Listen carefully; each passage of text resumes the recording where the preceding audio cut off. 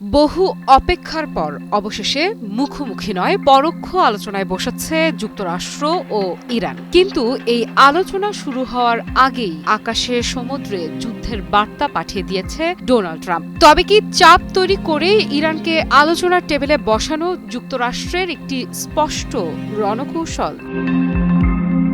এই চাপের মধ্যে যুক্তরাষ্ট্র ইরানের সামনে ছুড়ে দিয়েছে 5টি শর্ত। কিন্তু কূটনীতিকদের মতে এগুলো কোনো সমঝোতার প্রস্তাব নয়। এগুলো এমন দাবি যেগুলো মানা প্রায় অসম্ভব। তাই অনেকের চোখে এগুলো আলোচনার শর্ত নয়, বরং যুদ্ধের পূর্ব ঘোষণা।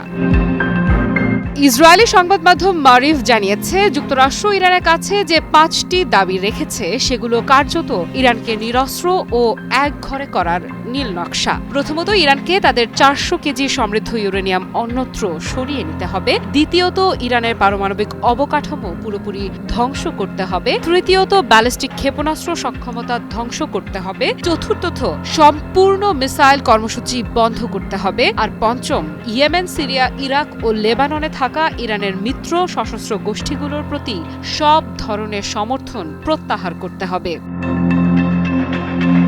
এগুলো কোনো আলোচনার সূচনা নয়, এগুলো সরাসরি আলটিমেটাম। আর এই আলটিমেটাম দেয়া হয়েছে এগিয়ে আসা মার্কিন নৌবহরের কামানের মুখে। মিডল ইস্ট আইয়ের বিশ্লেষণ বলছে, শর্তগুলো এমনভাবে সাজানো যে ইরান প্রত্যাখ্যান করবেই, আর সেটাই হয়তো চাওয়া।